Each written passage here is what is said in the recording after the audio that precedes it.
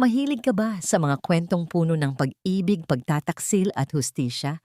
Bago magsimula ang kwento, mag-subscribe muna sa aming channel at maging bahagi ng aming pamilya. Ninanakaw ang buhay ko habang naghuhugas ako ng pinggan. Sa bahay amoy sibuyas ako at kinukutya. Sa mamahaling hotel, nilalasap niya ang pabango ng matalik kong kaibigan. Pabigat lang ang asawa ko, walang silbi. Sabi ng lalaking binuo ko, ang pagkatao at posisyon. Aagawin niya ang anak ko at ang bahay ng aking mga magulang? Pwes, sisirain ko ang imperyong itinayo ko para sa kanya gamit ang sarili kong mga kamay. Handa na ba siyang harapin ang galit ng isang inang wala nang isusuko? Ayusin mo naman ang sarili mo, Maribel. Masyado ka nang nakakahiya. Hindi ko alam kung asawa ba kita o katulong na nalimutang maligo. Ang mga salitang iyon ay parang isang malamig na hampas ng hangin na bumasag sa katahimikan ng silid. Nakatayo si Maribel sa harap ng salamin. Dahan-dahang inaayos ang kurbata ni Leo. Ang kanyang mga daliri na bahagyang nanginginig ay huminto sa paggalaw. Kamakailan lamang ay maingat niyang pinlansya ang bawat tupi ng mamahaling polo nito. Tinitiyak na walang kahit isang gusot na makikita ang mga kasosyo nito sa negosyo. Buong umaga siyang nag-asikaso sa kusina upang ihanda ang paboritong adobo ni Leo. Ang putahing naging simbolo ng kanyang katapatan sa loob ng 10 taon. Ngunit sa halip na pasasalamat, ang nakuha niya ay ang mapait na panunumbat ng lalaking itinuring niyang mundo. Lumayo si Leo nang hindi man lamang siya tinitingnan sa mga mata. Ang bawat hakbang nito palayo ay tila isang mabigat na yabag sa kanyang dibdib.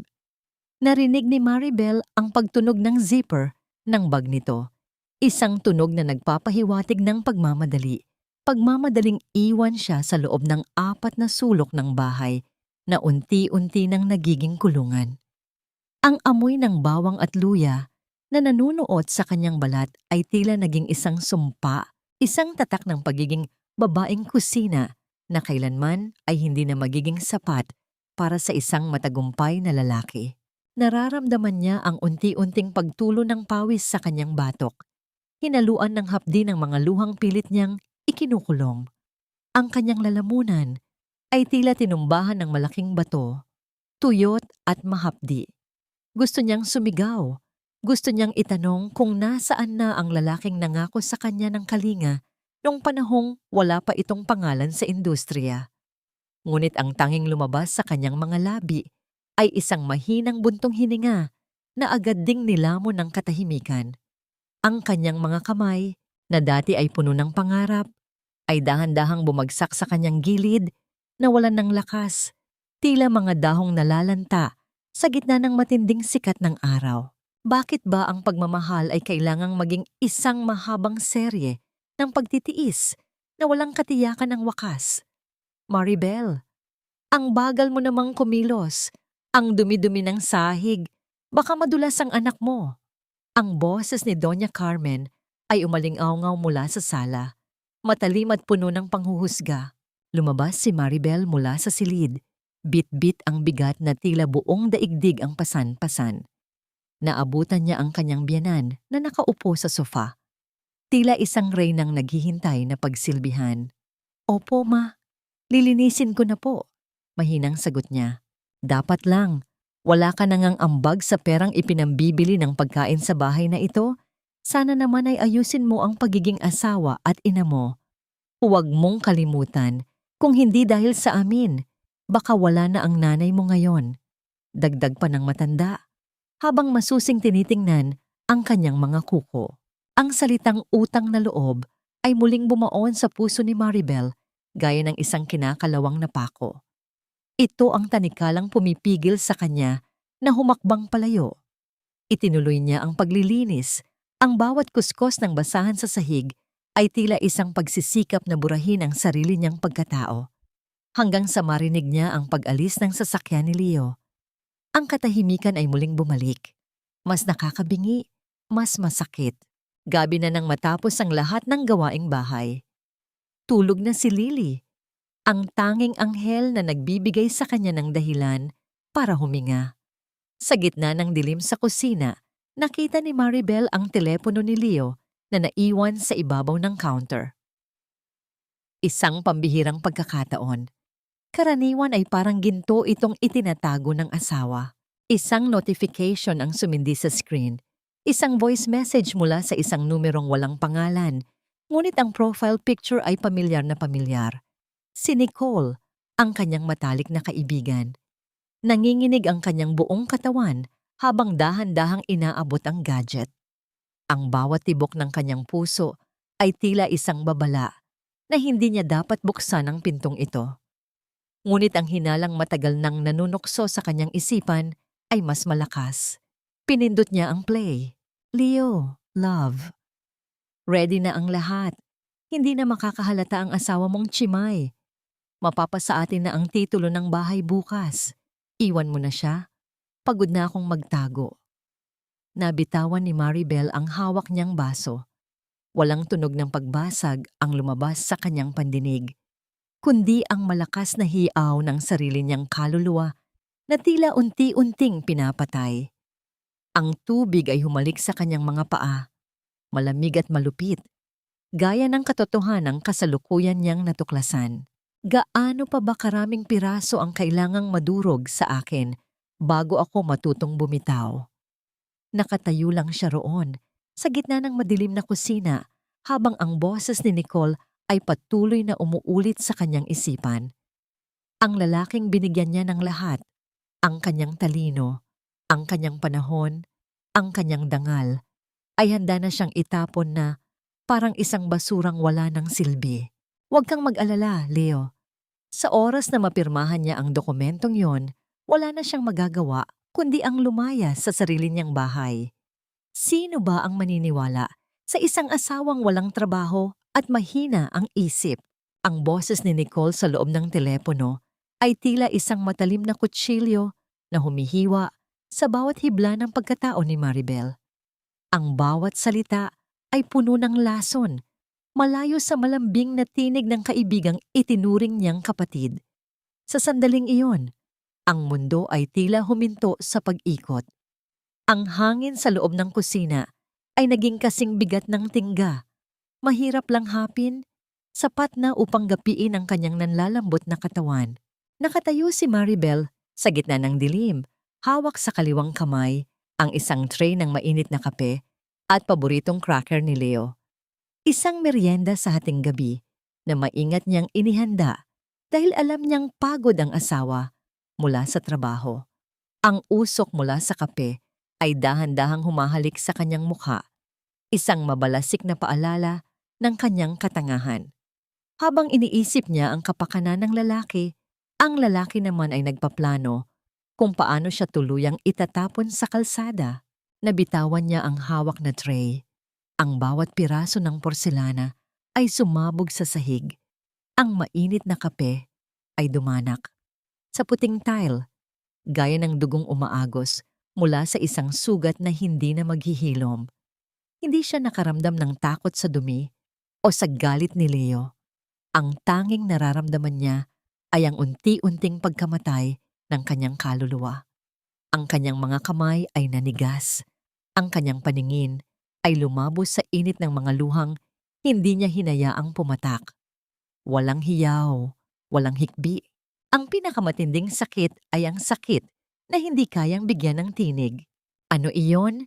Maribel, ano na namang katangahan ang ginawa mo sa kusina? Ang boses ni Leo ay dumadagundong habang pababa ito ng hagdan. Mabilis na inagaw ni Leo ang telepono mula sa nanginginig na kamay ni Maribel. Nakita ng lalaki ang bukas na voice message at sa isang saglit, ang gulat sa kanyang mga mata ay napalitan ng isang nakakatakot na lamig. Sa halip na humingi ng tawad, muling ginamit ni Leo ang kanyang pinakamabisang sandata, ang pagpapaikot sa isipan ng asawa. Nakikialam ka na naman ba sa gamit ko? Iyan ang problema sa iyo, Maribel. Dahil wala kang ginagawa sa buhay kundi ang maglinis ng bahay kung ano-ano na ang iniisip mo. Sira na ba ang ulo mo? Akala mo ba ay papatol ako sa kaibigan mo? Nagtatrabaho lang kami para sa kinabukasan ni Lily. Ang bawat sigaw ni Leo ay tila isang sampal na nagpapatibay sa pader ng kasinungalingan. Tiningnan siya ni Maribel, hindi ang lalaking minahal niya, kundi isang estrangherong may suot na maskara ng kataksilan. Narinig ko ang boses niya, Leo. Gusto niyo akong kunan ng tahanan. Gusto niyong agawin ang bahay ng mga magulang ko. Tumawa si Leo. Isang tawang puno ng pangungutya. Bahay mo? Maribel, kung hindi dahil sa akin, matagal nang naembargo ang bahay na yon. Huwag kang magmagaling. Pasalamat ka at binubuhay pa kita. Ngayon, linisin mo ang kalat na ito bago pa ako tuluyang mawalan ng pasensya. Masyado ka ng madrama, nakakairita. Tumalikod si Leo at iniwan siyang mag-isa sa gitna ng mga basag na alaala. Sa katahimikan ng gabi, lumuhod si Maribel upang pulutin ang mga piraso ng porselana. Hindi niya alintana ang talim ng bawat bubog na bumaon sa kanyang mga daliri. Ang bawat patak ng dugo sa sahig ay tila isang tinta na sumusulat ng isang bagong kabanata. Pumasok siya sa loob ng isang maliit na imbakan sa ilalim ng hagdan. Doon, sa ilalim ng mga lumang gamit, ay ang isang kahong matagal na niyang kinalimutan. Ito ang kahon ng kanyang nakaraan. Ang mga dokumento, mga plano, at mga estratehiyang siya ang bumuo, ngunit si Leo ang nag-uwi ng karangalan. Dito nakatago ang tunay na The Navigator. Sa ilalim ng mga papel, may isang calling card na bahagyang nanilaw na sa panahon. Ang pangalang nakasulat doon ay nagbigay sa kanya ng isang munting kislap ng pag-asa. Don Alejandro, ang tanging tao na nakakita ng kanyang tunay na galing 10 taon na ang nakalilipas. Hahayaan ko na lang bang maging anino ako habang nilalamon nila ang lahat ng pinaghirapan ko? Tiningnan ni Maribel ang kanyang refleksyon sa madilim na bintana. Ang babaeng nakikita niya ay hindi na ang asawang sunod-sunuran. Sa likod ng mga matang puno ng pait, may isang apoy na nagsisimulang mag-alab. Isang apoy na handang tupukin ang bawat kasinungalingang itinayo ni Leo. Ang bawat hakbang niya palayo sa kanilang tahanan ay tila isang pagtataksil sa kanyang nakasanayan, isang pagpunit sa aninong matagal na niyang pinagtataguan. Suot ang isang malapad na sunglasses at isang manipis na scarf na nakabalot sa kanyang leeg. Sinikap ni Maribel na maging invisible sa gitna ng mataong kalsada. Ang kanyang puso ay tila isang ibon na nagpupumiglas sa loob ng kanyang dibdib. Bawat tibok ay may kasamang takot at kaba. Sa loob ng 10 taon, ang kanyang mundo ay umikot lamang sa pagitan ng palengke, kusina at paaralan ni Lily. Ang pagpunta sa sentro ng lungsod, sa matatayog na gusali ng Valderrama Enterprises, ay tila pagpasok sa isang teritoryong matagal na niyang kinalimutan, ngunit siya naman ang tunay na nagdisenyo. Nakatayo siya sa tapat ng dambuhalang salamin ng gusali. Nakita niya ang kanyang refleksyon, isang babaeng nakasuot ng simpleng blusa, malayo sa rangya ng mga taong labas-masok sa pintuan. Ngunit sa ilalim ng kanyang braso, mahigpit niyang yakap ang isang folder na naglalaman ng kanyang kaluluwa. Ang mga orihinal na draft ng business plans na nagpayaman kay Leo. Kaya ko ito. Para kay Lily. Bulong niya sa sarili. Ang kanyang boses ay halos hangin lamang na dumaan sa kanyang mga labi. Pagpasok niya sa elevator, ang lamig ng aircon ay tila nanunuot sa kanyang mga buto. Nang bumukas ang pinto sa palapag ng opisina ni Leo, isang pamilyar na halakhak ang sumalubong sa kanya. Mula sa bahagyang nakabukas na pinto ng executive suite, nakita niya ang isang eksenang tila sumunog sa kanyang paningin. Nakaupo si Nicole sa ibabaw ng mesa ni Leo. Ang mga daliri nito ay malayang naglalaro sa buhok ng kanyang asawa. Ang kamay naman ni Leo ay nakapahinga sa baywang ni Nicole. Isang hawak na puno ng pagmamay-ari at pagnanasa. Isang hawak na matagal nang ipinagkait sa kanya. Masyado ka namang seryoso, Leo. Hayaan mo na ang mga ulat na yan. Mas mahalaga ang celebration natin mamaya. Malanding sabi ni Nicole. Napahawak si Maribel sa pader. Ang bawat salitang narinig niya ay tila mga huling patak ng lason na tumatapos sa kanyang pagtitimpi. Gusto niyang sumugod, gusto niyang sabunutan ang babaeng itinuring niyang kapatid at sampalin ang asawang nagkanulos sa kanya. Ngunit nanaig ang lamig sa kanyang utak. Kinuha niya ang kanyang lumang telepono at sa nanginginig na mga kamay, kumuha siya ng litrato. Isang ebidensya ng kanilang kawalang hiyaan. Sa kanyang pagmamadaling lumayo upang hindi mahuli, hindi niya napansin ang isang figurang naglalakad mula sa kabilang direksyon. Ang pagbabangga nila ay naglikha ng isang tahimik na gulo. Nalaglag ang folder ni Maribel at ang mga papeles, ang mga plano na may mga sulat kamay niyang punong-puno ng mga formula at stratehiya ay nagkalat sa makintab na sahig. "Pasensya na, miss. Hindi ko sinasadya." Isang baritono at kalmadong boses ang umalingaw. Isang matangkad na lalaki ang lumuhod upang tulungan siyang pulutin ang mga papel.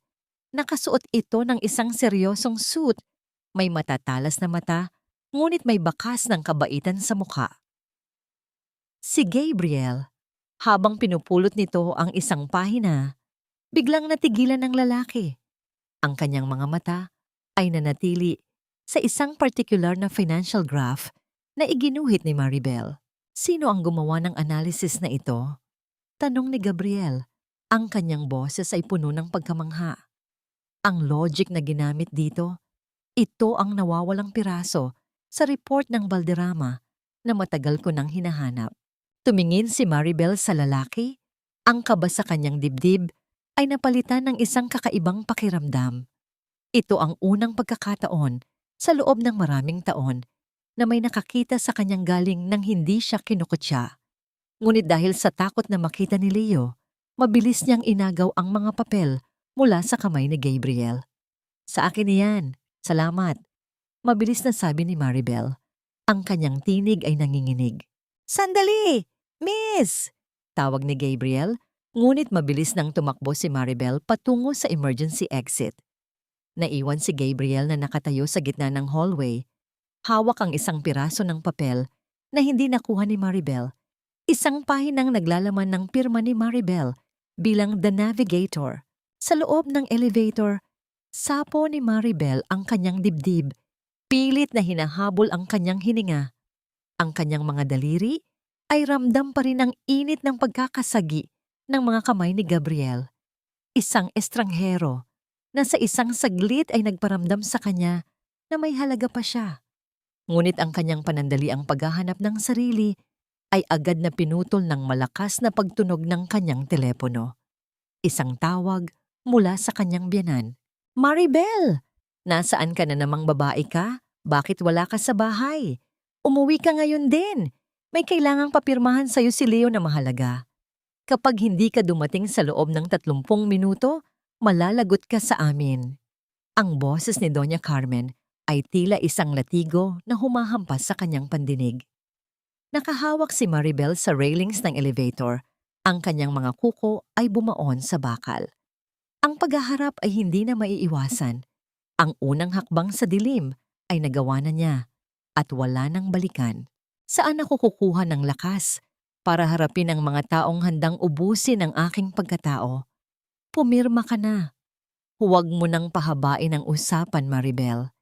Isipin mo ang utang na loob mo sa amin dahil kung hindi dahil sa pamilya Valderrama, matagal nang nabulok sa sementeryo ang nanay mo. Ang bawat salita ni Doña Carmen ay tila isang latigo na may kalawang.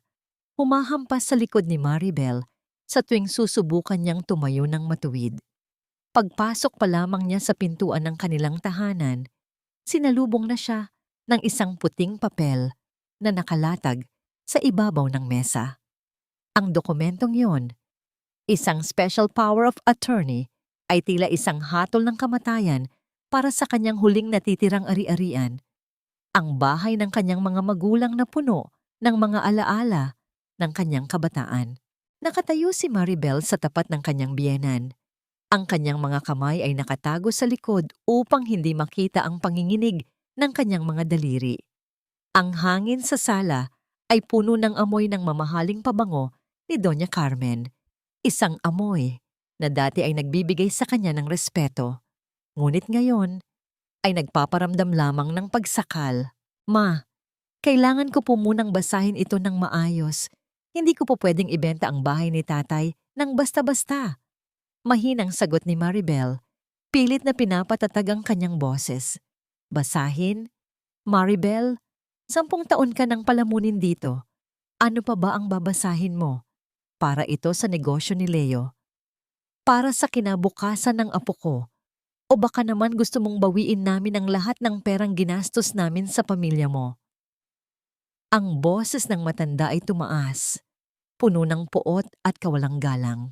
Tiningnan ni Maribel ang kanyang biyenan. Sa unang pagkakataon, hindi siya yumuko. Nakita niya ang kasakiman sa mga mata nito, ang parehong kasakiman na nakita niya kay Leo at Nicole kanina sa opisina. Nakalimutan ko po kung nasaan ang ID ko, ma. Hahanapin ko muna sa kwarto bago ako pumirma. Isang mabilis na pag-iwas, isang maliit na pagsisinungaling upang makakuha ng oras. Mabilis na pumasok si Maribel sa kanyang silid at nilak ang pinto. Ramdam niya ang malakas na pagkabog ng kanyang dibdib, tila isang tambol na nagbababala ng nalalapit na giyera. Dahan-dahan siyang lumapit sa kama kung saan mahimbing na natutulog si Lily. Naupo siya sa tabi ng anak at hinaplos ang malambot na pisngi nito. Ang bawat paghinga ng bata ay tila isang panalangin na nagbibigay sa kanya ng lakas. Iniyuko ni Maribel ang kanyang ulo at hinalikan ng maliit na kamay ni Lily. Ibinubulong ang isang pangakong hindi niya kailanman bibitawan. Hindi ko hahayaang mawalan tayo ng tahanan ng anak. Pangako. Bulong niya sa gitna ng kadiliman. Ito ang kanyang golden moment, ang sandali ng purong pagmamahal na nagpapatatag sa kanyang desisyong lumaban. Hindi na ito tungkol sa kanyang sariling sakit. Tungkol na ito sa kinabukasan ng kanyang anak. Kinuha niya ang kanyang lumang bag at hinanap ang calling card na nakuha niya mula sa kumpanya. Sa ilalim ng malamig na liwanag ng buwan na dumadaan sa bintana, tinitigan niya ang pangalang Gabriel. Alam niyang hindi siya pwedeng tumawag gamit ang telepono sa loob ng bahay dahil sigurado siyang nakikinig ang kanyang biyenan. Naghintay siya hanggang sa maging malalim ang gabi. Nang masiguro niyang tulog na si Doña Carmen at wala pa si Leo, dahan-dahan siyang lumabas ng bintana sa kusina. Naglakad siya patungo sa kanto ng kanilang subdivision, kung saan may isang lumang public payphone na bihirang gamitin. Ang tunog ng bawat dial ay tila isang hakbang patungo sa kawalan.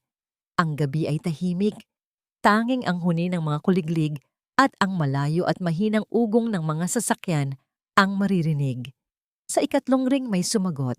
Hello? Ang boses ay baritono, kalmado, at seryoso. Si Gabriel. Attorney, ako po yung nabangga niyo kanina sa Valderrama Enterprises. Panimula ni Maribel. Ang kanyang boses ay halos pabulong. Narinig niya ang sandaling katahimikan sa kabilang linya na sinundan ng isang mahinang paghinga. Inaasahan ko ang tawag mo, Miss Navigator. Natigilan si Maribel. Ang tawag na yon, Navigator, ay tila isang kuryenteng gumising sa kanyang natutulog na kaluluwa. Paano nito nalaman ang kanyang lihim na bansag? Paano niyo po nalaman? Tanong niya. Ang kanyang puso ay muling bumibilis ang tibok. Dahil ang dokumentong naiwan mo sa akin ay hindi gawa ng isang ordinaryong asawa, Maribel. Iyon ay gawa ng isang henyo na matagal nang pinagnanakawan ng sarili niyang pamilya. Sagot ni Gabriel. Ang kanyang boses ay puno ng respeto na hindi kailanman naramdaman ni Maribel mula kay Leo. Kailangan nating magkita bukas. May nahanap akong malaking butas sa mga accounts ng asawa mo. Pero kailangan ko ang utak mo para tuluyang mapabagsak ang kumpanyang binuo mo para sa kanya. Nakahawak si Maribel sa malamig na bakal ng telepono. Ang kanyang mga mata ay nakatingin sa madilim na langit. Ang utak mo, ang mga salitang matagal nang minaliit ni Leo, ay siya palang susi sa kanyang kaligtasan. Darating ako. Matapang na sagot ni Maribel. Mabuti. Pero mag-iingat ka. Babala ni Gabriel. Hindi lang ang bahay mo ang balak nilang kunin. May mga papeles akong nakita na nagpapahiwatig na balak nilang patunayan na hindi ka karapat-dapat na ina para makuha nila ang kustodya ni Lily. Nabitawan ni Maribel ang receiver ng telepono. Ang tunog ng pagkakalampag nito sa bakal ay umalingaw-ngaw sa tahimik na kalsada, gaya ng isang babala ng paparating na bagyo. Ang lamig ng gabi ay biglang naging kasing talim ng yelo. Anong klaseng demonyo ang asawang minahal ko para pati ang sarili naming anak ay gawin niyang kasangkapan sa kanyang kasakiman? Sigurado ka ba, Gabriel? Ang babaeng ito, ang sinasabi mong utak sa likod ng mga tagumpay ni Leo? Mukha siyang pagod na may bahay na hindi man lang alam kung paano mag-ayos ng sarili. Ang mga salitang iyon mula kay Don Alejandro ay tumama sa dibdib ni Maribel gaya ng isang malamig na buhos ng ulan. Nakaupo siya sa isang sulok ng isang liblib at lumang restaurant malayo sa ingay ng lungsod. Ang liwanag ng mga bumbilya sa loob ng silid ay mahina. Nagbibigay ng mga aninong tila nagtatago sa kanyang tunay na pagkakakilanlan. Suot ang kanyang luma at kupas na blusa, ramdam ni Maribel ang bigat ng mapanghusgang tingin ng matanda. Sa harap ng isang makapangyarihang tao na tulad ni Don Alejandro, ang kanyang 10 taon na pagiging asawa ay tila isang malaking mantsa na bumubura sa kanyang talino. Nakatungo lamang siya, ang kanyang mga daliri ay mahigpit na nakahawak sa laylayan ng kanyang damit. Sa labas ng restaurant, ang tunog ng mga kuliglig ay nagbibigay ng isang malungkot na musika sa gitna ng katahimikan. Ang amoy ng nilagang kape at lumang kahoy ay nanunuot sa kanyang ilong, nagpapaalala sa kanya na siya ay nasa isang mundong matagal na niyang iniwan, ang mundo ng mga numero, stratehiya at kapangyarihan. Bakit ba ang tingin ng mundo sa isang asawang nasa bahay lang ay isang taong wala ng kapasidad na mag-isip ng higit sa listahan ng bibilhin sa palengke? Don Alejandro, huwag niyo siyang husgahan sa kanyang panlabas na anyo. Mahinahong sagot ni Gabriel. Ang boses ng abogado ay tila isang kalasag na nagtatanggol sa kanya.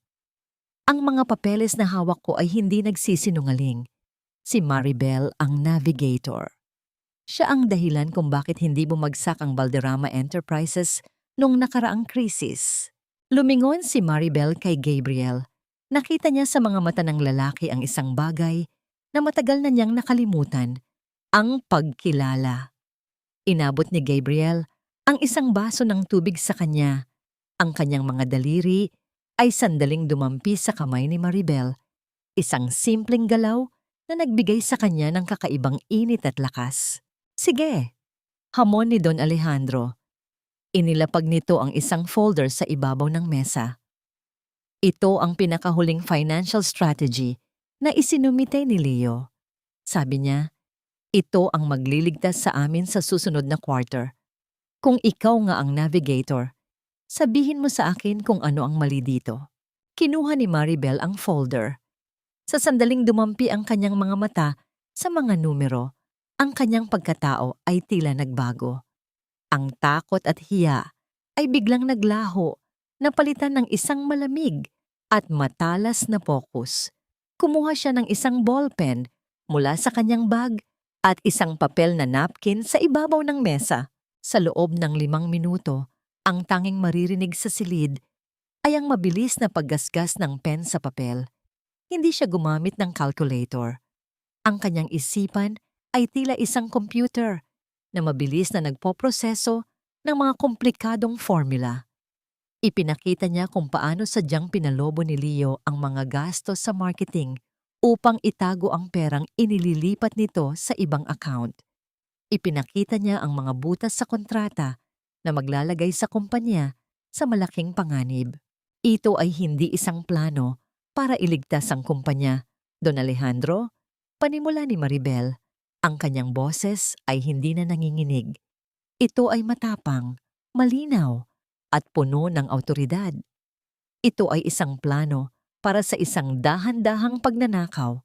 Ang tunay na stratehiya ay dapat nakatuon sa digital expansion na matagal ko nang isinulat para sa kanya. Ngunit binago niya ang mga numero para sa sarili niyang interes. Natigilan si Don Alejandro. Ang pagdududa sa kanyang mga mata ay napalitan ng matinding pagkagulat at galit. Hindi sa babaeng nasa harap niya, kundi sa katotohanang 10 taon siyang niloloko ni Leo. Kailangan kitang makuha sa kumpanya, Maribel, sabi ni Don Alejandro. Ang boses nito ay puno na ngayon ng paggalang. Hindi ko po kailangan ng trabaho ngayon, Don Alejandro, sagot ni Maribel habang dahan-dahang tumatayo. Ang kailangan ko ay hustisya. Ang kailangan ko ay matiyak na kapag natapos na ang lahat ng ito, wala nang kapangyarihan si Leo na hawakan ang buhay ko at ng anak ko. Tumitig si Gabriel sa kanya. Ang isang maliit na ngiti ng paghanga ay sumilay sa kanyang mga labi. Magsisimula na tayo sa legal na aspeto, Maribel. Handa na ang lahat ng dokumentong kailangan natin para sa freeze order ng mga accounts. Salamat, mahinang sabi ni Maribel. Bago siya umalis, muling inabutan ni Gabriel ang kanyang kamay para sa isang formal na pagpapaalam. Ang sandaling iyon ay tila tumagal ng ilang segundo. Sa loob ng puso ni Maribel, may isang maliit na kislap ng damdamin na tila isang bulaklak na sumisibol sa gitna ng mga guho. Ngunit ang kapayapaang iyon ay mabilis na napalitan ng matinding kaba nang makauwi siya sa bahay. Dahan-dahan niyang binuksan ang pinto ng kanyang silid. Tinitiyak na hindi siya makalilikha ng anumang tunog. Ngunit ang kanyang puso ay tila tumigil sa pagtibok nang makita ang isang figurang nakaupo sa gilid ng kanyang kama sa gitna ng dilim. Bumukas ang ilaw. Nakaupo roon si Leo. Ang kanyang mukha ay madilim at puno ng banta. Sa kanyang kandungan, hawak niya ang lumang kahon na kinuha ni Maribel mula sa ilalim ng hagdan. Ang kahon na naglalaman ng lahat ng kanyang mga lihim na plano at orihinal na dokumento bilang navigator. Ano ito, Maribel? Ang malamig na tinig ni Leo ay umaling-aungaw sa tahimik na silid, gaya ng isang hatol. Bakit may mga kopya ka ng mga plano ko? At sino ang pinuntahan mo ngayong gabi habang ang asawa mo ay pagod na pagod sa trabaho? Napatitig si Maribel sa asawa. Ang kanyang hininga ay tila naging yelo sa loob ng kanyang dibdib. Ang anino ni Leo ay humahaba sa dingding, tila isang halimaw na handang lumamon sa kanyang bagong natagpuang kalayaan. Paano ko ipapaliwanag ang katotohanan sa lalaking handang pumatay sa aking dangal para lamang mapanatili ang kanyang kasinungalingan? Akala mo ba ay hindi ko mapapansin? Saan ka nanggaling sa ganitong oras, Maribel? At bakit mo itinatago ang mga basurang ito sa ilalim ng hagdan? Ang boses ni Leo ay kasing lamig ng bakal. Bawat salita ay may talim na tila gustong sumugat sa natitirang lakas ni Maribel. Nakatayo siya sa pintuan. Ang kanyang mga kamay ay nanlalamig at ang kanyang hininga ay tila nagbabara sa kanyang lalamunan. Ang liwanag mula sa isang maliit na lampshade ay nagbibigay ng mahahabang anino kay Leo na lalong nagmukhang higante at nakakatakot sa gitna ng silid. Ang kahon na naglalaman ng kanyang mga pangarap, ang kanyang mga original drafts at analysis ay bukas sa kandungan ni Leo. Ang mga pahina ay tila mga saksi sa kanyang pagtataksil sa papel na ginagampanan niya sa loob ng 10 taon. Nararamdaman ni Maribel ang mabilis na pagtambol ng kanyang puso sa kanyang dibdib. Isang marahas na tunog na tila naririnig ng buong mundo. Ang kanyang mga tuhod ay nanghihina at sa isang saglit, naisip niyang sumuko na lamang at aminin ang lahat. Ngunit nang makita niya ang mapanghamak na kislap sa mga mata ni Leo, ang parehong tingin na laging nagpaparamdam sa kanya na siya ay walang halaga. Isang kakaibang lamig ang bumalot sa kanyang isipan. Ang takot ay dahan-dahang napalitan ng isang matalas na abilidad na magpanggap. Iyan ba, Leo? Pasensya na. Akala ko ay naitapon ko na yan noong nakaraang linggo. Mahinang sagot ni Maribel. Pilit na pinapalabas na siya ay naguguluhan at pagod. Humakbang siya palapit at nagkunwaring nag-aalala. Mga lumang notes ko lang yan noong college. Sinubukan kong gayahin ang mga gawa mo para sana matutunan ko kung paano ka mag-isip. Pero masyado palang mahirap. Hindi ko maintindihan ang mga formula na yan. Isang mapait na tawa ang kumawala sa mga labi ni Leo. Inihagis niya ang kahon sa sahig at ang mga papeles ay nagkalat sa paanan ni Maribel. Ang tunog ng pagbagsak ng kahon ay umaling-awngaw sa tahimik na kwarto gaya ng isang insulto. Sabi ko na nga ba, masyado mo kasing pinapagod ang maliit mong utak sa mga bagay na hindi mo naman sakop. Manatili ka na lang sa kusina, Maribel. Doon ka lang may silbi. Pasensya na, Leo. Gusto ko lang naman maging karapat-dapat na asawa sa'yo. Dagdag pa ni Maribel, yumuko siya upang hindi makita ni Leo ang nag-aapoy na galit sa kanyang mga mata. Galing ako sa simbahan. Nagtirik ako ng kandila para sa proyekto mo. Sabi mo kasi ay stress ka nitong mga nakaraang araw. Naniwala si Leo.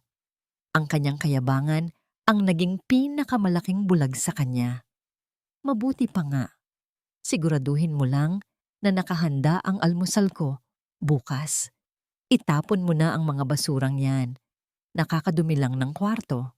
Nang makalabas si Leo ng silid, dahan-dahang lumuhod si Maribel sa sahig. Ang kanyang mga daliri ay nanginginig habang pinupulot ang mga nagkalat na papel. Ang bawat pahina ay may bahid ng alikabok, ngunit para sa kanya, ang mga ito ay mas mahalaga pa sa anumang hiyas.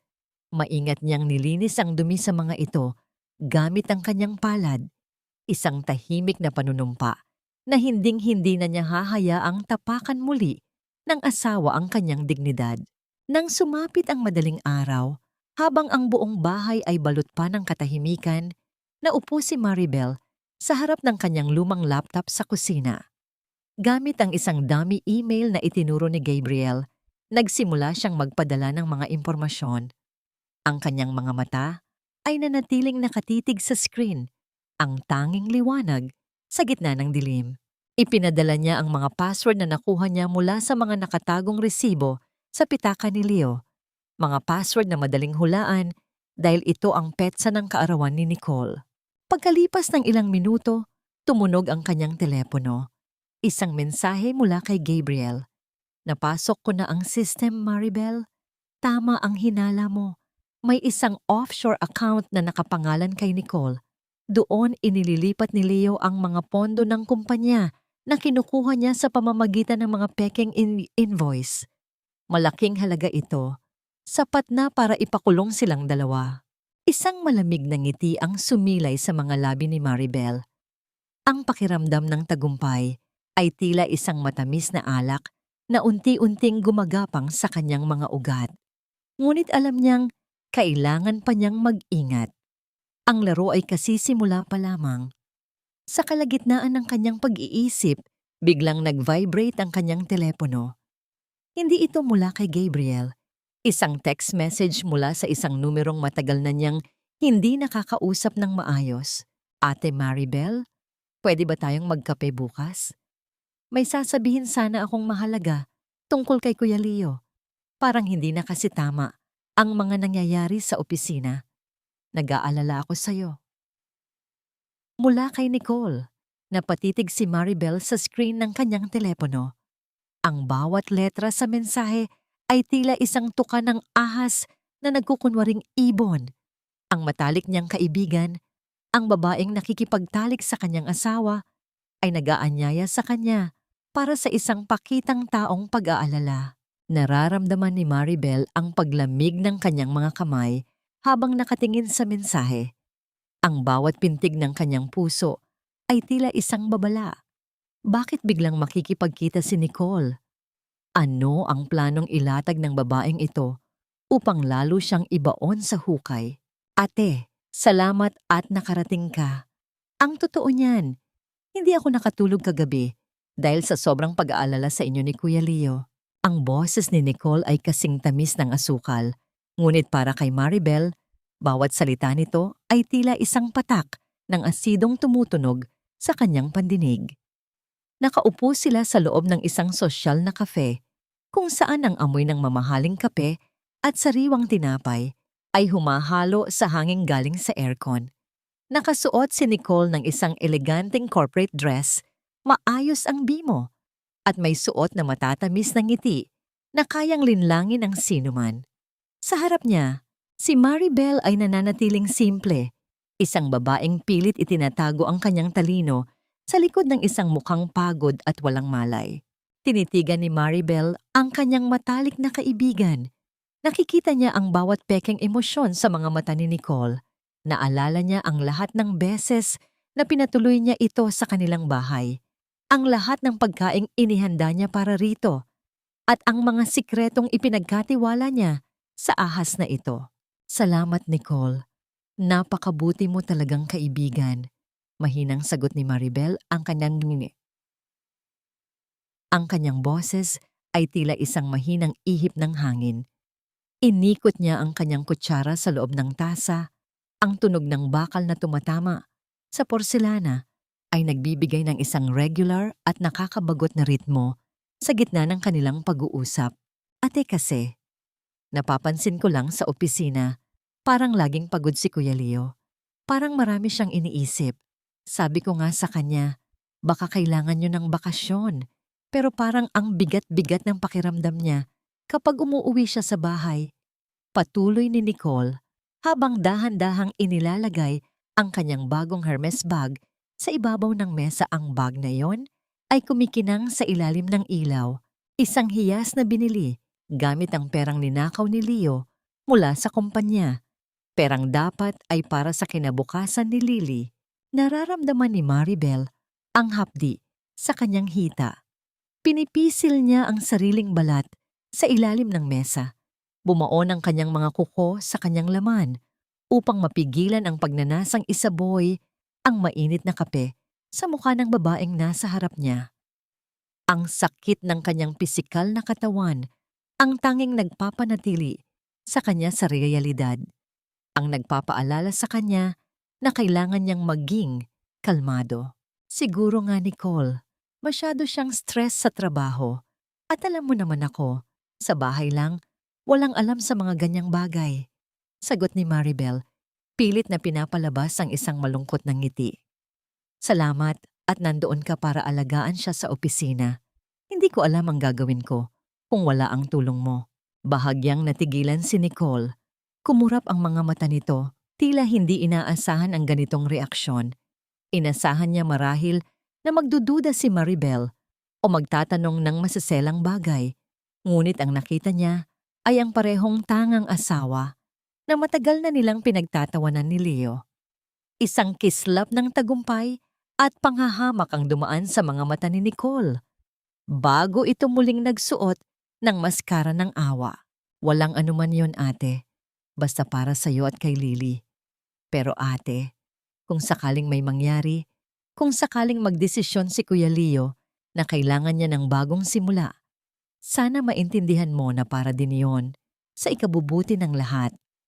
Dagdag ni Nicole, ang kanyang kamay ay dahan-dahang dumaan sa ibabaw ng mesa upang hawakan ng kamay ni Maribel. Ang balat nito ay malamig, tila isang reptilyang nanunuot sa kanyang pakiramdam. Siyempre naman, Nicole, ang mahalaga ay ang kaligayahan ni Leo, sagot ni Maribel, bago dahan-dahang binawi ang kanyang kamay upang uminom ng kape. Pag-alis ni Nicole, naiwan si Maribel na nakatitig sa bakanting upuan. Ang kanyang katawan ay nanginginig sa matinding galit na matagal niyang kinimkim. Ang bawat salita ni Nicole ay tila mga huling piraso ng puzzle na bumubuo sa larawan ng kanilang kataksilan. Isang matangkad na figura ang dahan-dahang lumapit at naupo sa tapat niya. Si Gabriel, matagal na itong nandoon, nakaupo sa kabilang mesa at lihim na nagmamasid.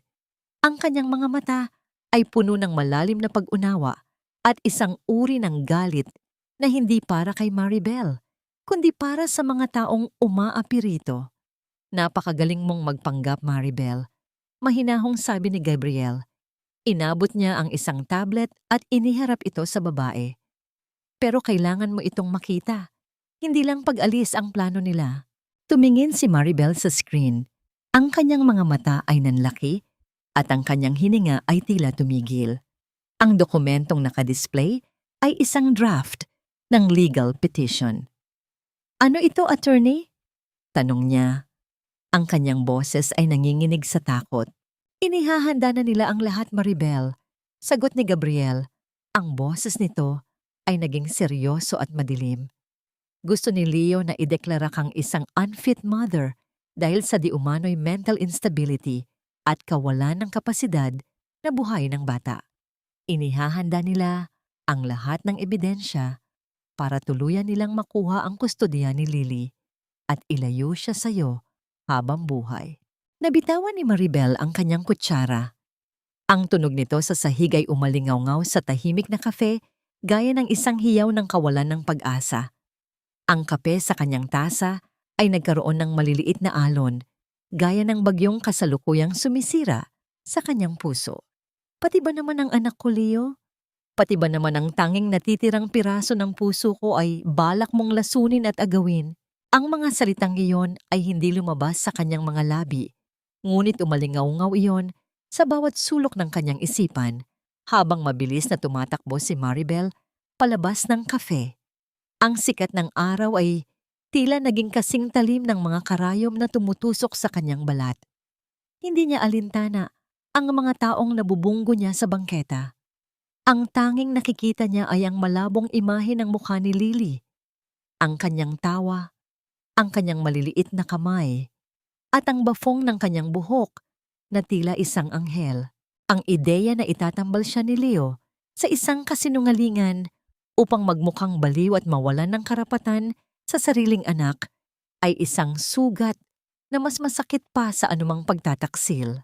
Biglang bumuhos ang ulan. Ang langit ay tila nakikiramay sa kanyang pagdurusa. Ang bawat butil ng tubig ay sumasabay sa mga luhang matagal na niyang pinipigilan. Tumigil si Maribel sa gitna ng sidewalk. Ang kanyang buong katawan ay basang-basa. Ang kanyang mga balikat ay nanginginig sa bawat hikbing, sumasabog mula sa kanyang dibdib. Sa gitna ng malakas na ulan, ang mundo ay naging isang malabo at malupit na anino. Nararamdaman niya ang unti-unting paghinto ng pagdapo ng ulan sa kanyang ulo. Isang malapad na anino ang bumalot sa kanya.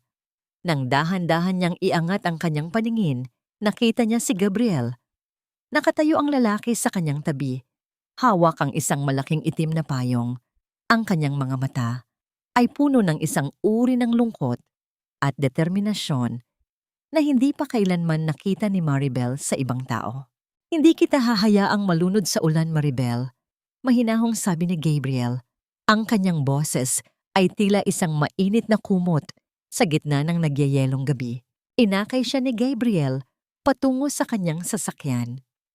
Sa loob, ang amoy ng balat ng upuan at isang banayad na bango ng sandalwood ang sumalubong sa kanya. Kumuha si Gabriel ng isang malinis na jacket mula sa likod at dahan-dahang ipinatong ito sa mga balikat ni Maribel. Ang init mula sa tela at ang amoy ni Gabriel na nananatili roon ay tila isang gamot na nagpapakalma sa kanyang naghuhumiyaw na puso. Hindi ko ibibigay ang anak ko, attorney. Mamamatay muna ako bago nila makuha si Lily. Hagulgol ni Maribel. Ang kanyang mga kamay ay mahigpit na nakakapit sa jacket ni Gabriel. Humarap si Gabriel sa kanya. Sa loob ng maliit na espasyo ng sasakyan, ang distansya sa pagitan nila ay tila naglaho. Isang marahang galaw ang ginawa ni Gabriel. Iniayos niya ang ilang basang hibla ng buhok na nakadikit sa mukha ni Maribel. Ang kanyang hawak ay magaan, puno ng respeto, tila humahawak sa isang mamahaling kristal na ayaw niyang mabasag. Hindi ka mamamatay, Maribel. Mabubuhay ka at lalaban ka. Dahil narito ako. Hindi lang ako ang abogado mo. Kakampi mo ako sa bawat hakbang. Bulong ni Gabriel.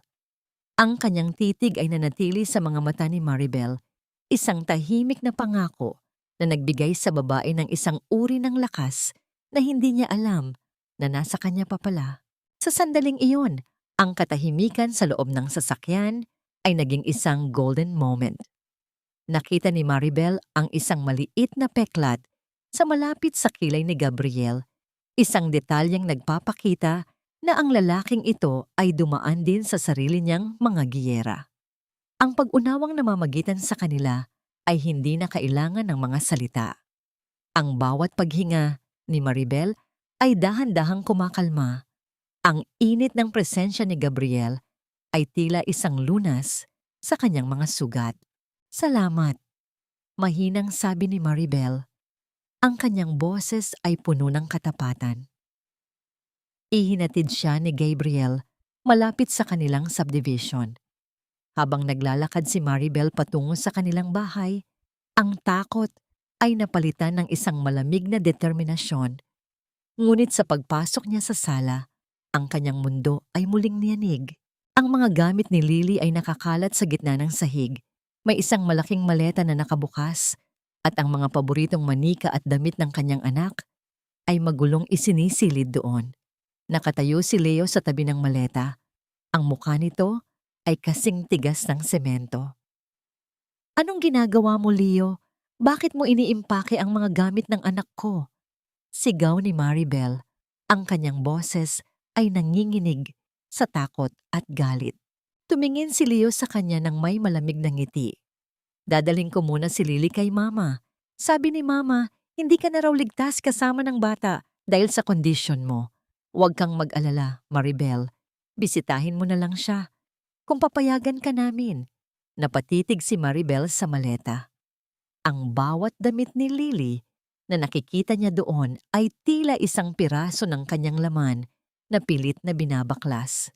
Ang banta ni Gabriel ay naging totoo nang mas mabilis kaysa sa inaasahan niya. Hindi mo pwedeng kunin si Lily, Leo. Hindi mo pwedeng ilayo ang anak ko. Ang mga salita ni Maribel ay tila nagdilim ang langit sa paligid nila. Tumakbo siya palapit kay Leo. Ang kanyang mga kamay ay handang hilahin ang maleta. Ngunit agad siyang pinigilan ng asawa. Ang lakas ni Leo na nagmumula sa kanyang galit at kawalang hiyaan ay tila doble kaysa sa kanya. Huwag kang malikot, Maribel. Masyado kang emosyonal. Iyan ang pinag-uusapan namin ng mama ko. Hindi ka naligtas para kay Lily. Malamig na sabi ni Leo. Ang kanyang mga mata ay kasing lamig ng bakal. Hinawakan niya ang balikat ni Maribel, ngunit ang hawak na yon ay hindi nagbibigay ng kahit anong init, kundi isang malamig at nakakakilabot na pagkakakapit. Ngunit sa sandaling iyon, hindi na nagpatangay si Maribel sa takot. Ang imahe ng kanyang anak na nakangiti habang naglalaro ng manika ang lumitaw sa kanyang isipan. Ang mga salita ni Gabriel ay umalingaw-ngaw sa kanyang pandinig.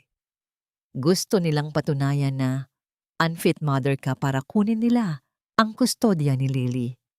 Hindi mo gagawin yan, Leo, mahinahong sabi ni Maribel na nagpakunot ng noo kay Leo. Ang pagiging kalmado nito ay tila nagpapataas ng kanyang iritasyon. Talaga? At sino ang pipigil sa akin? Hamon ni Leo, ang kanyang nangiti ay puno ng pangungutya. Ako, sagot ni Maribel. Mula sa kanyang bulsa, inilabas niya ang kanyang telepono at mabilis na pinindot ang isang numero. Sa loob ng ilang segundo, isang malakas na tunog ng sirena ang umalingaw-ngaw mula sa labas ng bahay. Sumunod ang mga yabag ng mga sapatos sa kalsada. Ano na naman to, Maribel?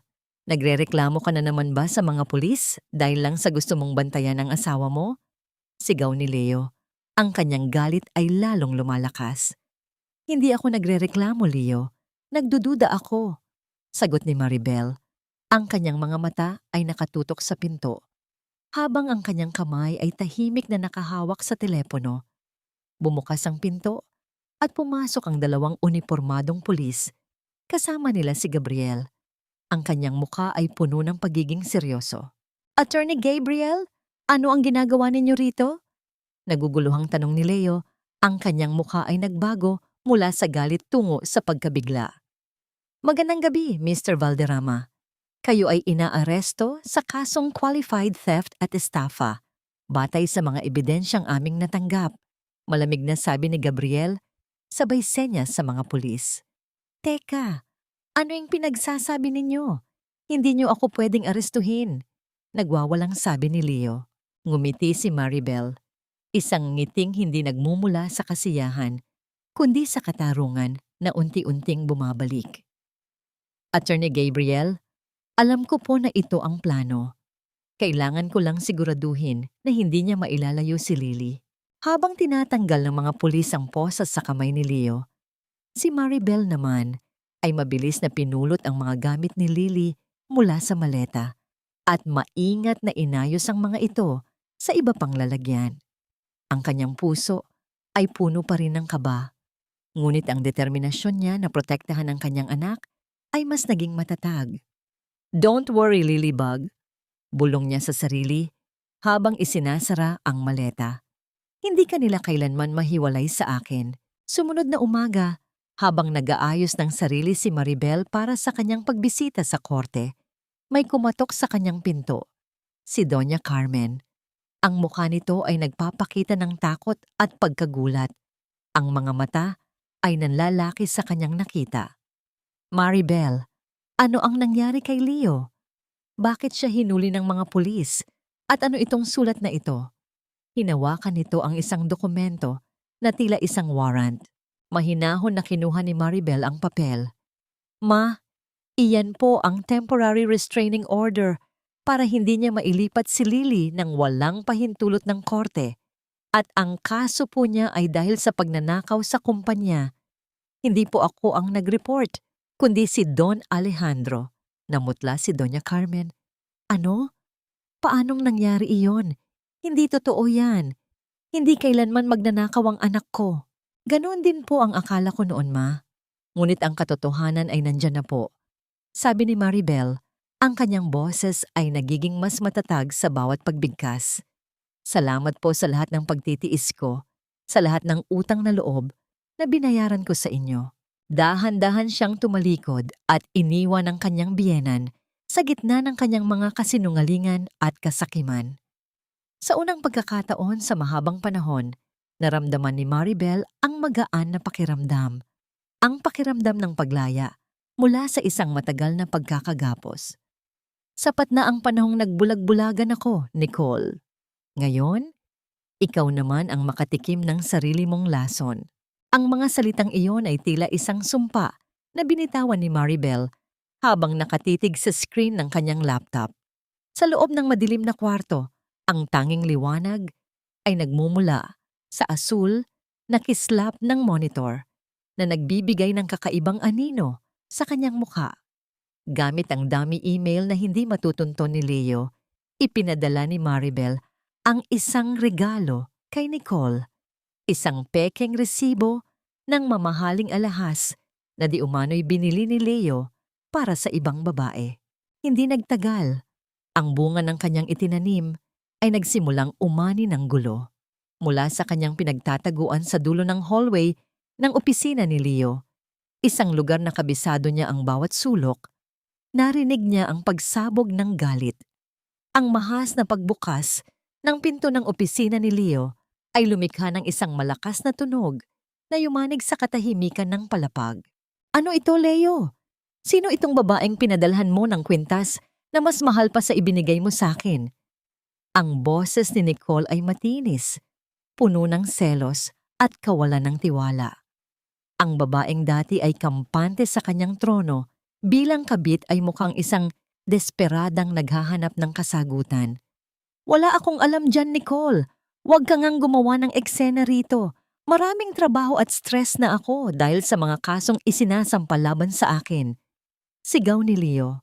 Ang kanyang boses ay nanginginig sa inis at pagod. Ang lamat sa pagitan ng dalawang taksil ay unti-unti nang lumalalim. Nakatayo si Maribel sa dilim. Ang kanyang mga kamay ay nakatikom. Ang bawat sigawan ng dalawa ay tila isang musika sa kanyang pandinig. Isang himig ng hustisya na matagal na niyang hinihintay. Ang pagkakaisa ni Leo at Nicole na dati ay tila hindi matitibag ay dahan-dahang nagdurugo dahil sa hinala. Kinabukasan, Nagkita sina Maribel at Gabriel sa isang tahimik na silid sa opisina ni Don Alejandro.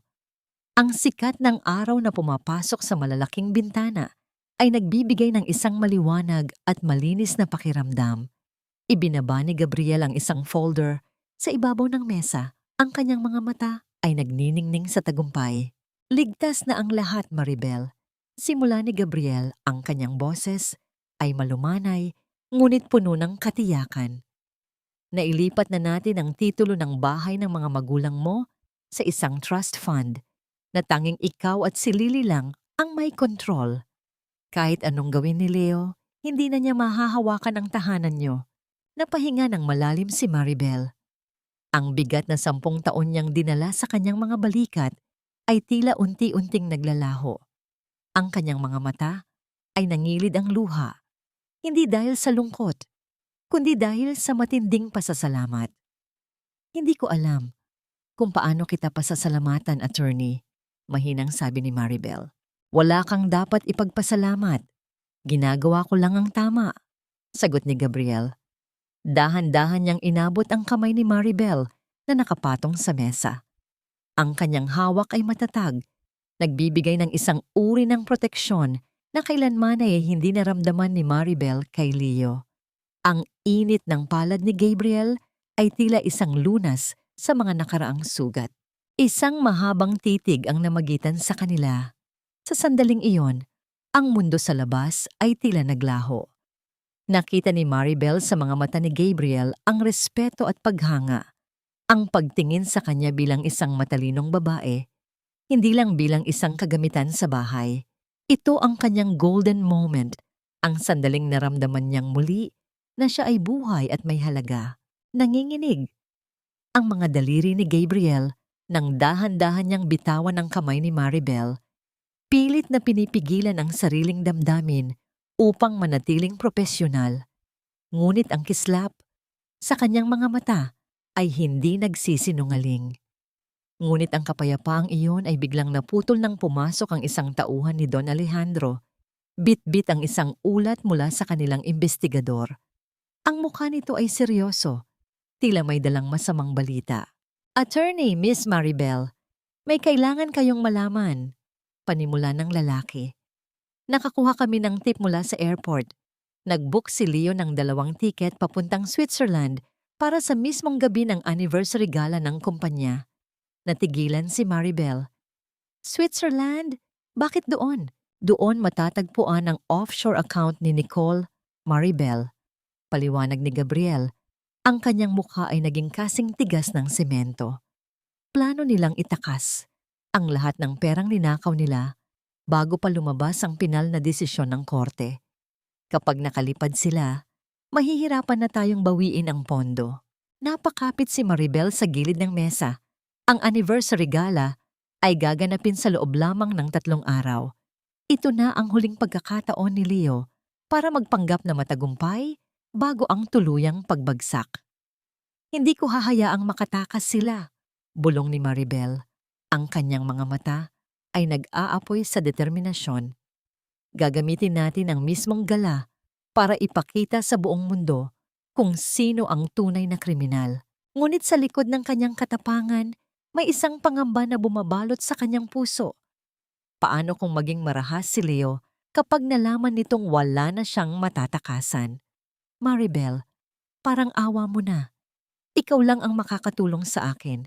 Ikaw lang ang henyo na nakakaalam kung paano ayusin ang mga numerong ito para hindi ako mabulok sa kulungan.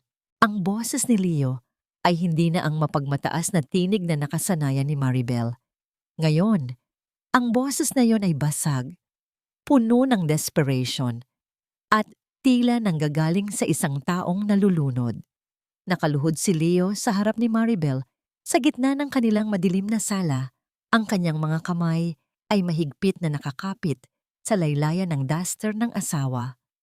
Ang liwanag mula sa labas ng bintana ay nagbibigay ng isang maputlang anyo sa kanyang mukha na dati ay puno ng yabang.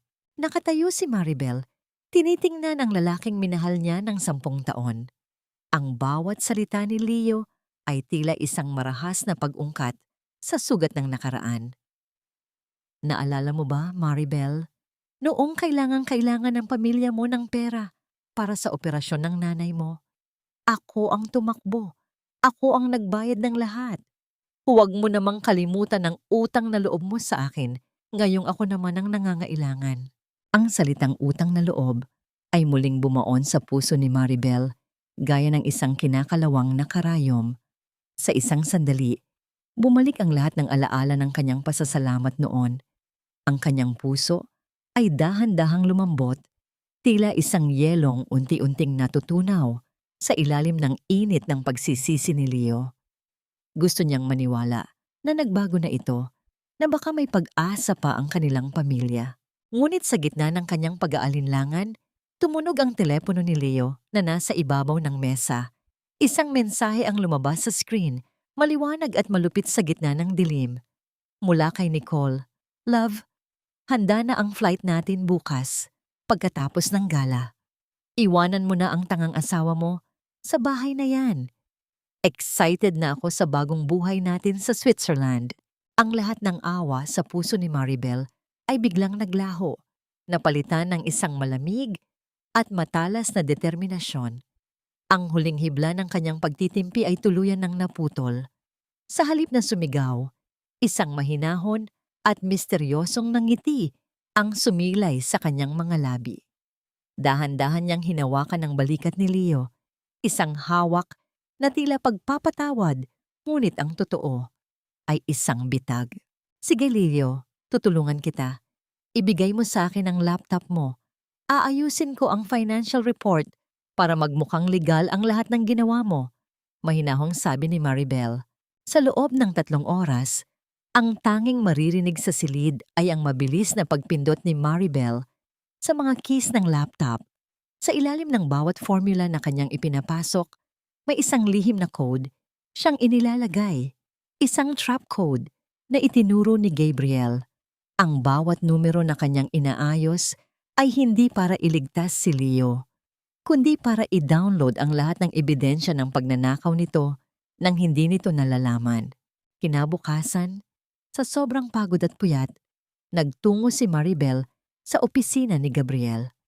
Ang kanyang mga hakbang ay mabigat. Ang kanyang paningin ay paminsan-minsang lumalabo dahil sa stress na dinaranas. Pagpasok pa lamang niya sa pintuan, naramdaman ni Maribel ang biglang pag-ikot ng paligid.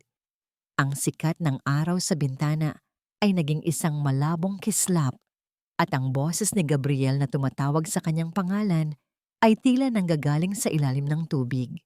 Bumagsak ang kanyang katawan, ngunit bago pa man siya tumama sa sahig, naramdaman niya ang matatag at mainit na mga bisig na sumalo sa kanya. Paggising ni Maribel, ang amoy ng sandalwood at kape ang unang sumalubong sa kanyang pandama.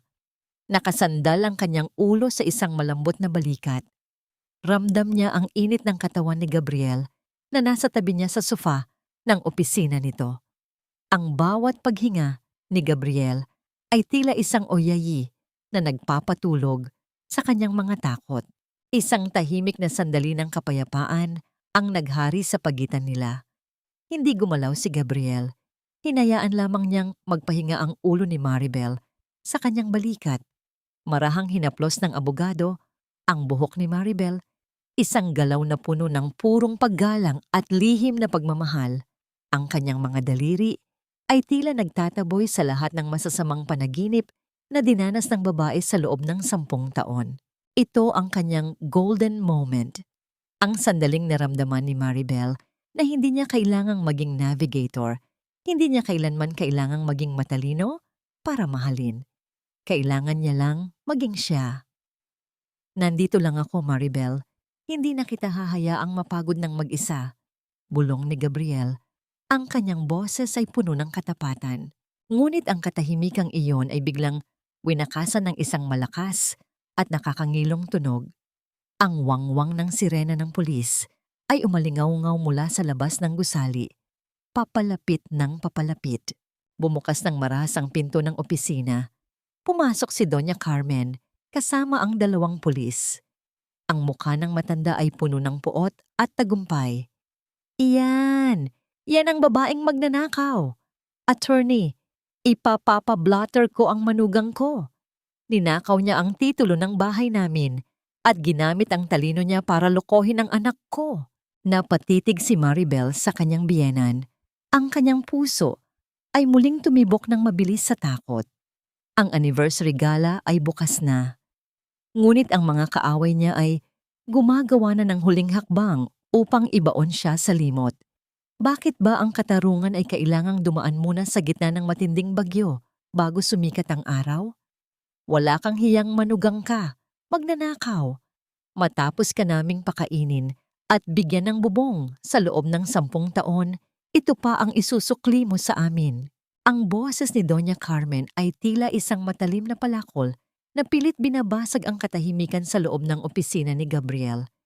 Ang kanyang mga mata ay nanlilisik sa galit. Ang bawat ugat sa kanyang leeg ay bakas na bakas habang nakaturo ang nanginginig niyang daliri sa mukha ni Maribel. Sa likuran niya, ang 2 pulis ay nakatayo ng maayos, tila naghihintay ng hudyat kung kailan dapat silang kumilos. Ang hangin sa loob ng silid ay naging kasing bigat ng bakal, punong-puno ng tensyon na tila anumang saglit ay sasabog. Nananatiling nakatayo si Maribel sa tabi ni Gabriel. Sa unang pagkakataon, hindi siya yumuko, hindi siya nanginig. Ang kanyang mga mata ay nanatiling diretso at kalmado, tila isang lawa sa gitna ng matinding bagyo. Ang bawat pang-iinsulto ng kanyang biyenan ay tila mga palasong tumatama sa isang pader na bato. Hindi tumatagos, hindi nakakasugat. Ma, wala po akong ninanakaw. Ang bahay na sinasabi niyo ay pag-aari ng mga magulang ko at ang titulo nito ay nasa tamang kamay na ngayon. Mahinahong sagot ni Maribel. Ang kanyang boses ay walang bakas ng galit. Tanging isang malamig na katiyakan ang nanunuot sa bawat salita. Sinungaling, pinalitan mo ang pangalan sa titulo nang wala kaming alam. Attorney, arestuhin niyo na ang babaeng yan, sigaw ni Doña Carmen sa mga pulis. Dahan-dahang humakbang si Gabriel sa harap ni Maribel, tila isang matibay na haligi na nagbibigay ng proteksyon. Inilapag niya ang isang makapal na folder sa ibabaw ng mesa. Ang tunog ng papel na tumatama sa kahoy ay umalingaw-ngaw ng malakas, sapat na upang patahimikin ang nagwawalang matanda. Officers, narito ang mga legal na dokumento. Panimula ni Gabriel, ang kanyang boses ay baritono at puno ng awtoridad. Ang bahay ay nakapailalim na sa isang trust fund para sa anak ni Maribel na si Lily. Ang paglipat na ito ay may pahintulot ng bangko dahil sa mga irregularidad na ginawa ni Mr. Leo Valderrama sa orihinal na loan. Walang nangyaring pagnanakaw.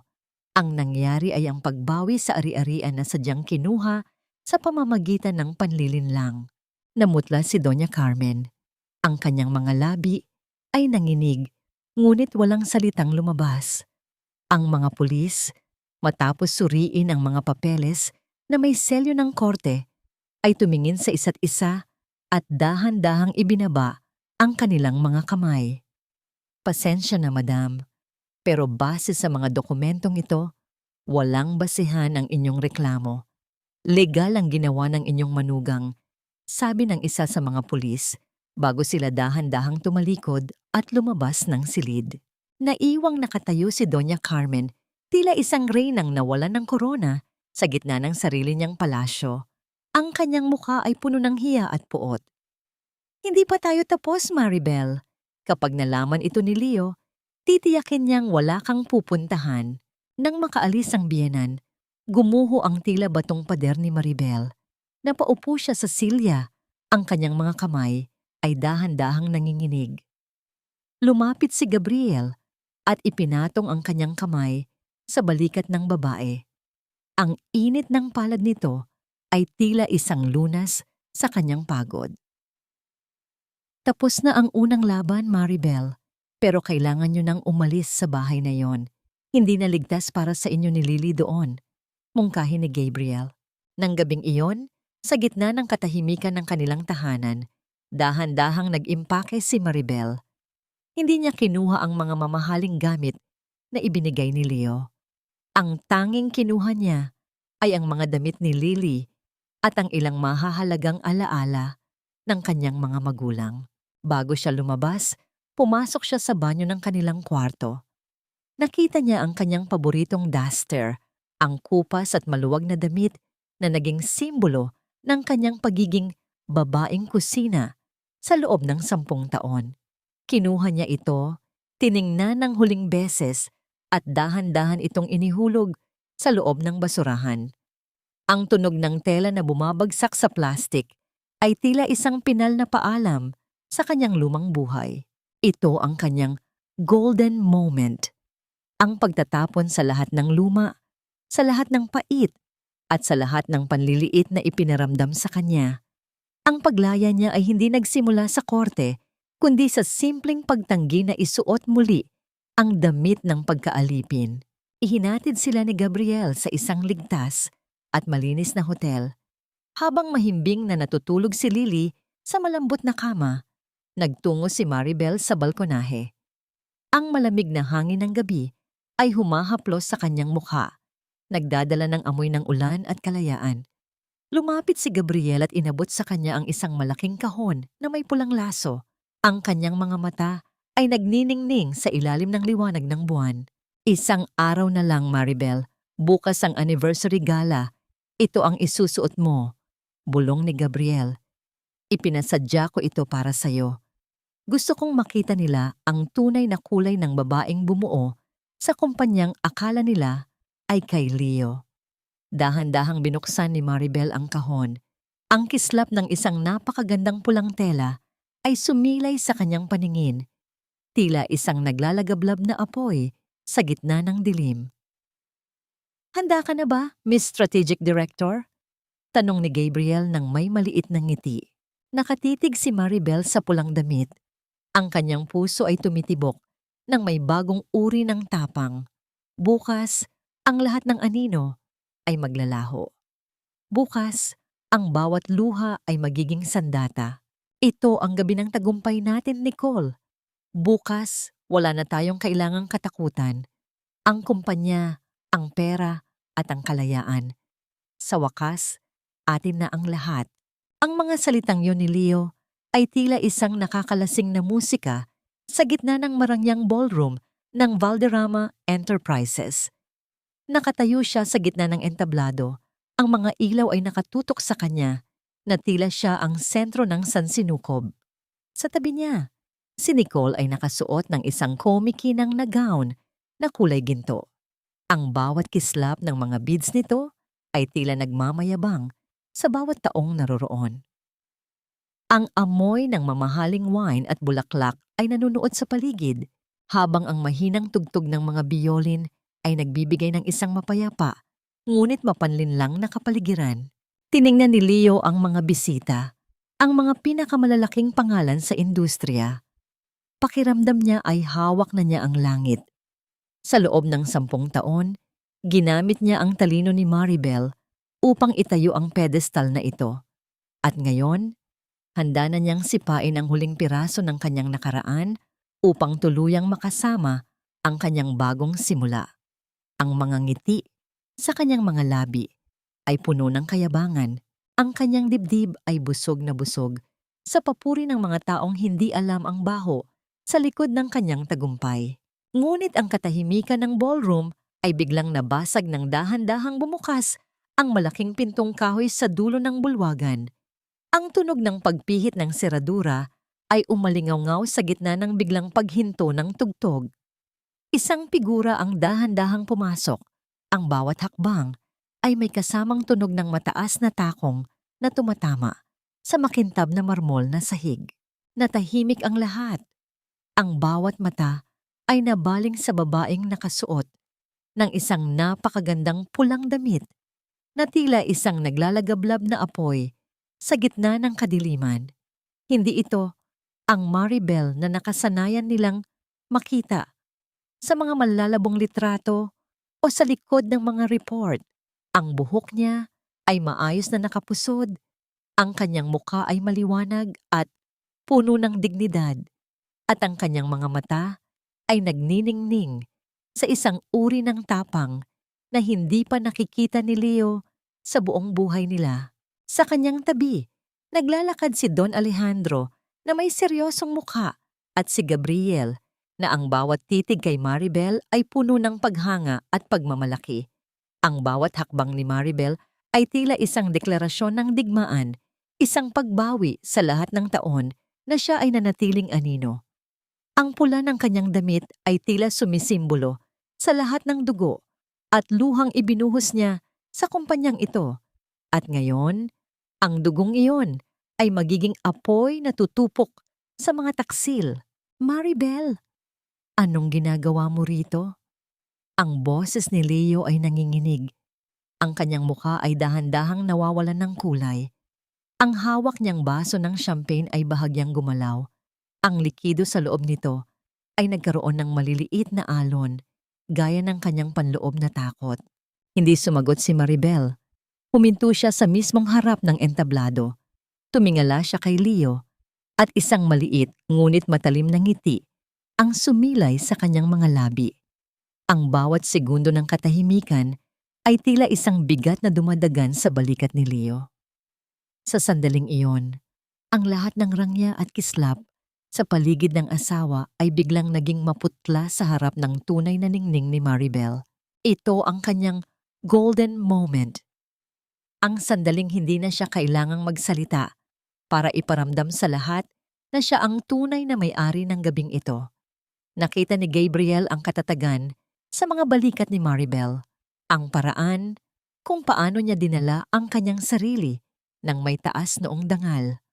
Marahang tumango si Gabriel sa kanya, isang tahimik na suporta na tila nagsasabing, "Panahon mo na ito." "Magandang gabi sa inyong lahat," panimula ni Don Alejandro.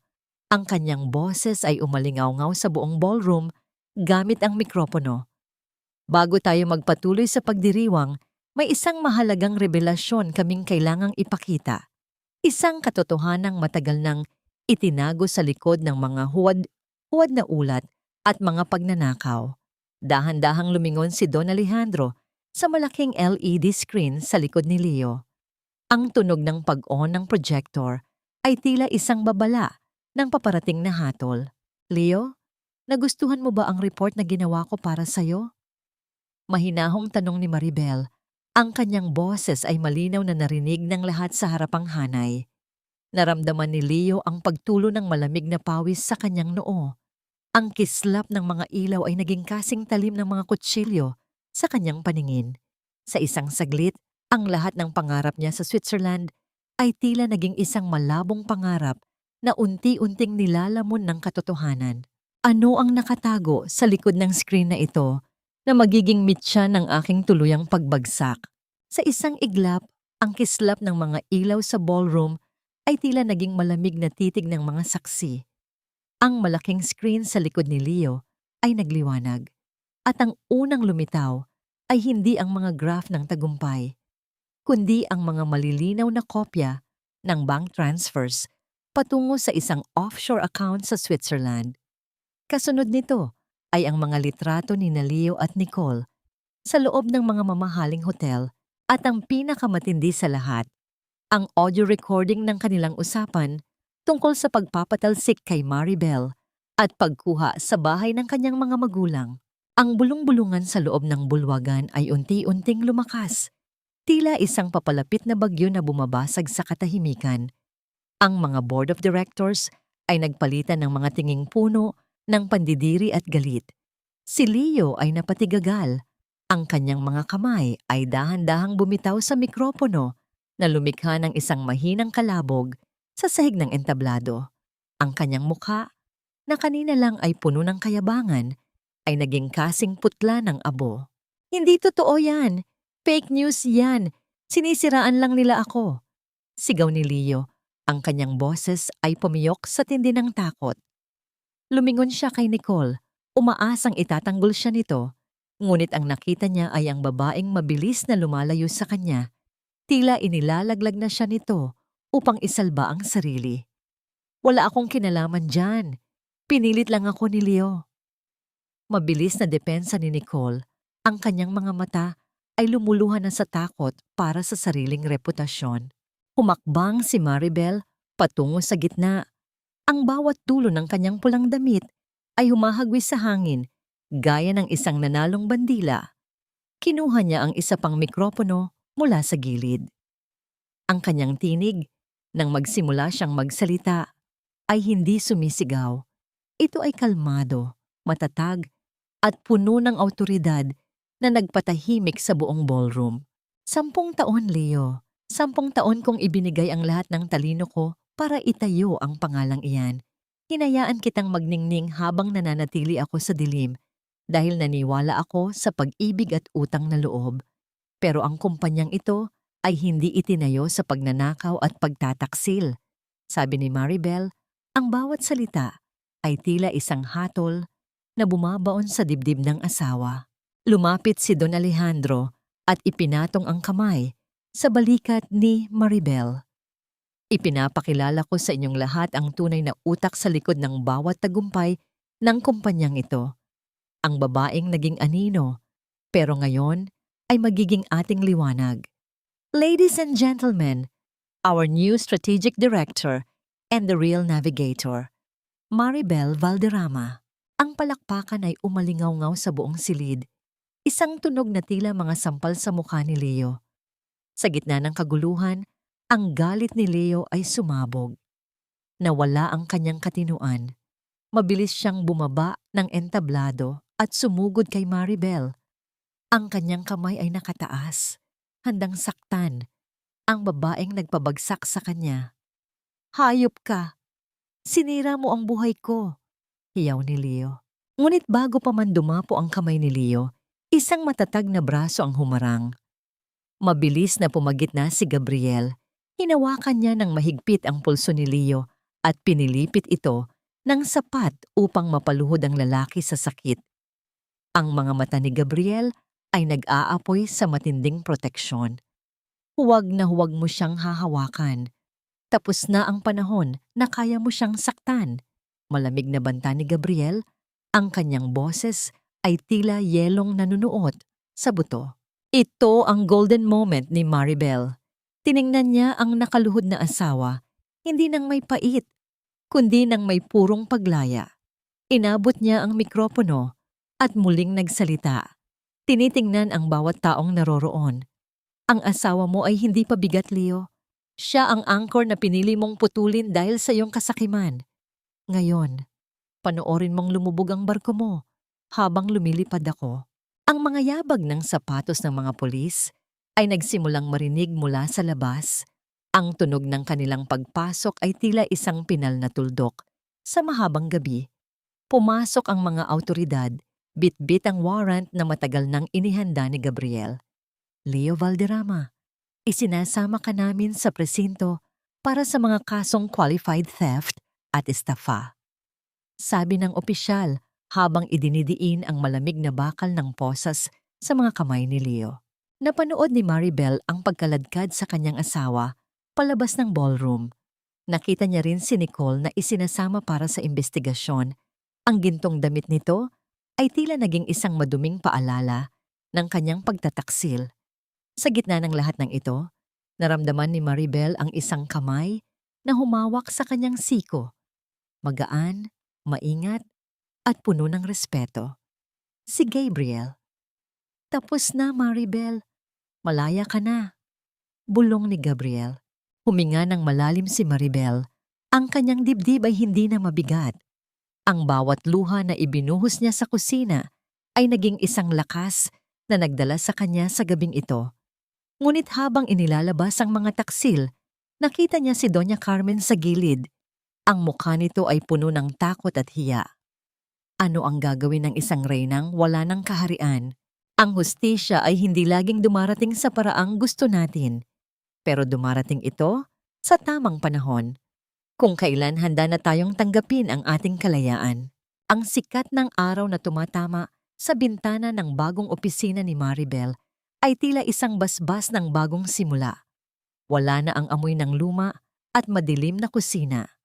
Ang paligid ay puno ng amoy ng sariwang papel, kape, at ang bango ng mga bulaklak na ipinadala ni Don Alejandro bilang pagbati. Sa ibabaw ng kanyang mesa, ang nakahilerang mga dokumento ay hindi na mga kasinungalingan ni Leo, kundi mga plano para sa kinabukasan na siya mismo ang may akda.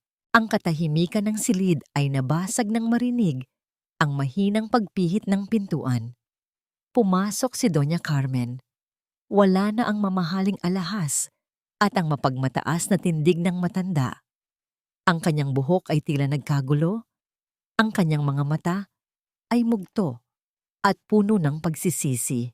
Dahan-dahan itong lumapit sa mesa ni Maribel, ang bawat hakbang ay tila may kasamang bigat ng kahihiyan. Maribel, pakiusap. Hikbi ni Doña Carmen, ang kanyang boses ay nanginginig habang dahan-dahan siyang lumuluhod sa harap ng manugang. Tulungan mo si Leo.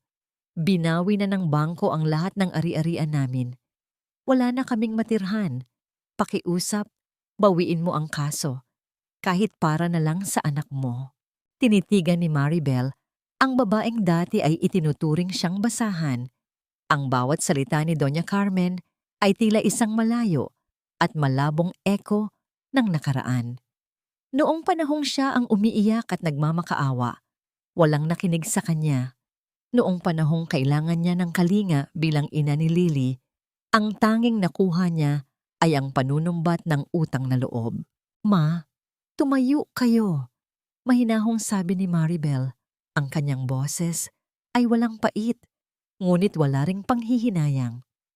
Binayaran ko na ang utang na loob ko sa pamilya niyo gamit ang 10 taon ng aking buhay, talino at dignidad.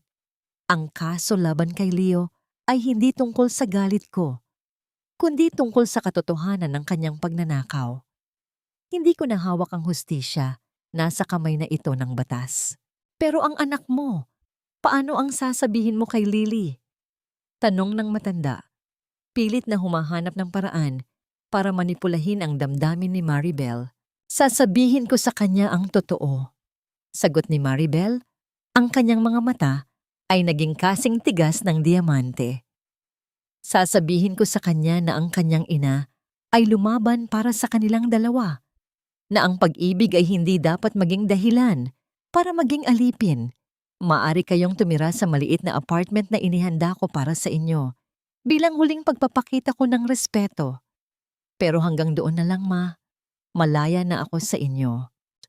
Nang makaalis si Doña Carmen, dahan-dahang kinuha ni Maribel ang isang fountain pen. Sa harap niya ay ang pinal na dokumento para sa annulment at ang full custody ni Lily. Ang tunog ng paggasgas ng pen sa papel ay umalingaw-ngaw sa tahimik na silid, gaya ng isang huling pagputol sa tanikalang matagal na sumakal sa kanya. Sa bawat letra ng kanyang pirma, ramdam ni Maribel ang paggaan ng kanyang puso. Ito ang kanyang golden moment. Ang sandaling hindi na siya kailangan pang magpaliwanag sa sinuman. Ang bawat pangarap na itinago niya sa ilalim ng duster ay malaya na ngayong lumilipad sa hangin. Lumabas si Maribel ng gusali at sinalubong siya ng malamig na simoy ng hapon. Nakita niya si Lily na naglalaro sa malapit na parke kasama ang yaya nito. At sa tabi ng isang puno, nakatayo si Gabriel. Hawak nito ang isang tasa ng kape. Ang paborito niyang kape na hindi kailangang maging mamahalin. Sapat na dahil alam nito ang kanyang gusto. Ngumiti si Gabriel, isang ngangiting hindi humihingi ng kapalit, kundi nagbibigay ng kapayapaan. Lumapit si Maribel sa kanya at sa isang pambihirang sandali ng katapangan, dahan-dahan niyang inihilig ang kanyang ulo sa balikat ng lalaki. Ang init ng katawan ni Gabriel ay tila isang pamilyar na tahanan na matagal na niyang hinanap. Salamat sa lahat, Gabriel, bulong ni Maribel. Wala kang dapat ipagpasalamat, Maribel, sagot ni Gabriel. Ang kanyang boses ay punong-puno ng paggalang. Saan tayo ngayon, Miss Strategic Director? Tumingin si Maribel sa abot-tanaw, kung saan ang araw ay dahan-dahang lumulubog, nag-iiwan ng kulay kahel at lilang kislap sa langit. Kahit saan, Gabriel. hanggat ang daan ay akin at ang mga hakbang ay ako na ang may hawak. Naglakad silang dalawa patungo kay Lily. Ang bawat hakbang ni Maribel ay matatag, puno ng buhay, at malayo na sa anino ng kusina. Ang navigator ay hindi na naliligaw. Natagpuan na niya ang kanyang sariling mapa patungo sa kaligayahan. Ang bawat paglubog ng araw ay hindi tanda ng pagtatapos, kundi isang pangako na bukas. Muling magliliwanag ang langit sa mas makulay na paraan. Makalipas ang 2 taon, ang simoy ng dagat sa Batangas ay dahan-dahang humahaplos sa mukha ni Maribel. Nakatayo siya sa dalampasigan. Ang kanyang puting bestida ay sumasabay sa banayad na hangin. Ang tunog ng mga alon na humahalik sa pampang ay tila isang uyayi na nagbibigay ng kapayapaan sa kanyang puso. Wala na ang mabigat na pakiramdam sa kanyang dibdib. Wala na ang amoy ng bawang at pait ng kahapon. Sa hindi kalayuan, nakikita niya si Lily na masayang tumatakbo sa buhanginan. Hinahabol ang maliliit na alon na dahan-dahang umaatras patungo sa dagat. Ang bawat tawa ng kanyang anak ay tila isang hiyas na nagniningning sa ilalim ng kahel na sikat ng araw. Isang matangkad na figura ang sumunod sa bata. Si Gabriel, maingat nitong inaalalayan si Lily. Ang bawat galaw nito ay puno ng pag-iingat at tunay na pagmamahal, na tila ba ang bata ay sarili niyang laman at dugo. Nakatanggap si Maribel ng liham mula sa kulungan nitong nakaraang linggo. Si Leo, na ngayon ay payat at matanda, na tignan dahil sa hirap ng buhay sa loob, ay humihingi ng patawad. Nabalitaan din niya na si Doña Carmen ay namumuhay na ng simple sa probinsya, malayo sa rangya na dati ay ipinagmamalaki nito. Si Nicole naman ay naglaho na parang bula matapos makuha ng mga awtoridad ang lahat ng kanyang ninakaw na yaman.